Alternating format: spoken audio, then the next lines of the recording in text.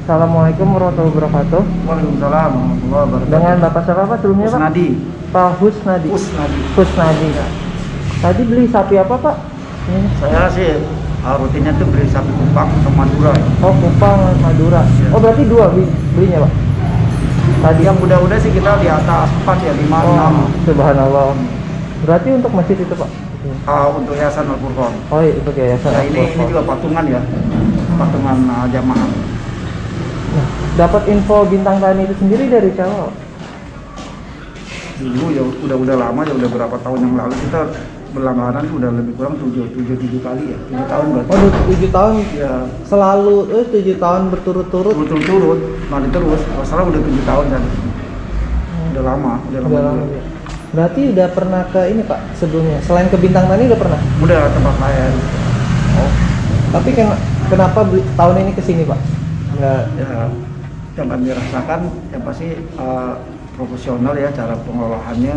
Keduanya dia tanggung jawab. Kalau memang sapi itu ada gejala atau ada penyakit kan, dulu kan pernah hati itu kan nggak ada itunya tuh apa sih kayak cacing hati. Oh ada caci Nah, dia dulu kan pernah sapinya. begitu.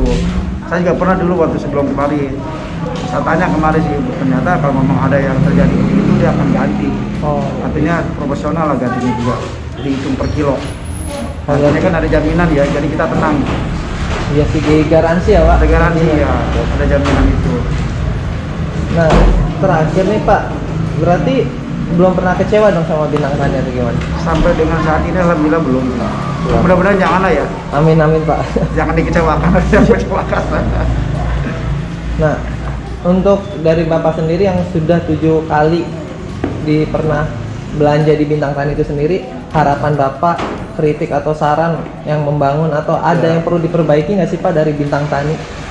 Ya, kalau saya lihat dari 7 tahun yang lalu, perbaikan sih kelihatannya udah kelihatan ya, kelihatan lebih baik lagi daripada yang lalu. Mungkin perbaikan itu harus selalu lah ya, setiap tahun itu harus selalu dari sisi pelayanan, gitu. Saya pikir udah lebih baik, udah lebih bagus.